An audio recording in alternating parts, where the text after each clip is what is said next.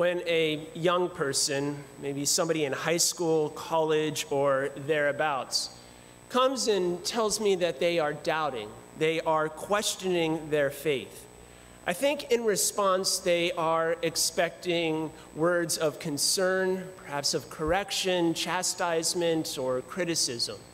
But instead I typically give them one of two responses. The first one is, "Great, that's awesome." I mean it with all sincerity. The second response is typically, "No, you're not questioning." And that's the problem. You might have questions, and those questions are swirling around in your mind, but you're not actually questioning. You're not actually expressing those concerns that are in your head. In our first reading, we hear about all these groups of people, all of these Jews that are going to debate Stephen. And their debates, their questions, their doubts, their concerns cannot withstand the wisdom and the spirit with which he is speaking.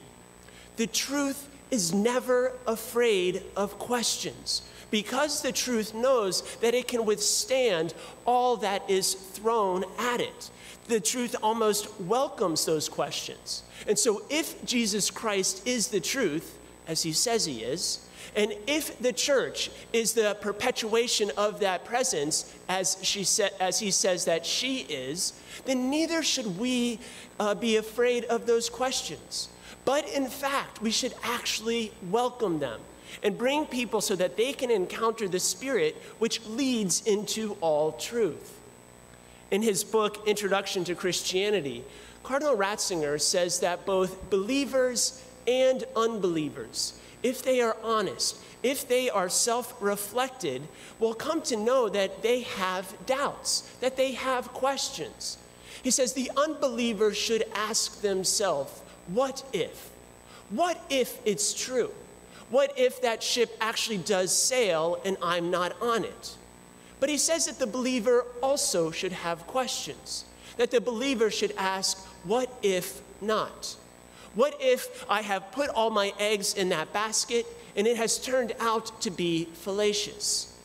You know, there might be many people who say, "Oh, no, Father, I've never questioned, I've never doubted my faith." And they might even wear that as a badge of honor.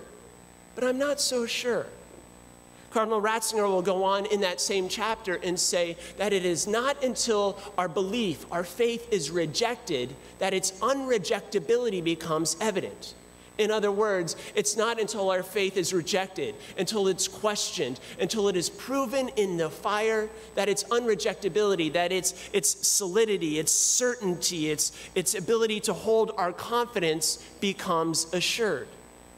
We can think about it also in terms of relationships, friendships, or perhaps even more so in marriages.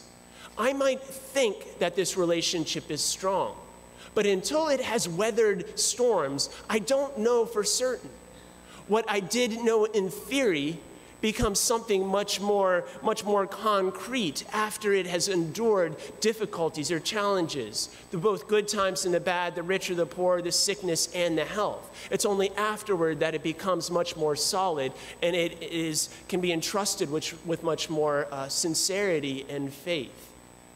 We live in an era in which many of our young people are questioning their faith, are questioning the church and the teachings that have been passed on to them by their parents. And we might see this as a threat, but I see it as a great potential. And I say, awesome, this is great. Because I know that if they seek with honesty and earnesty, they will find a firm foundation on which to stand. But they need people filled with wisdom and the Spirit to help them find it.